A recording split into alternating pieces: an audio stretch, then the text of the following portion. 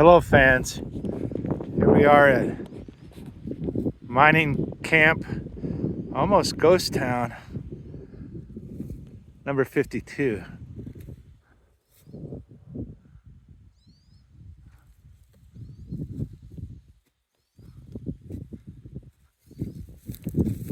I'm sure this has been metal detected hundreds of times, but I'll give it a shot. My guide Dave says that there is 3,000 people that lived here. I don't know how they fit 1,000 people in each cabin, but they were ingenious back then.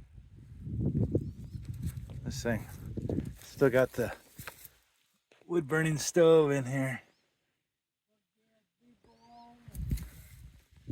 All right, well, you'll soon find out what we find.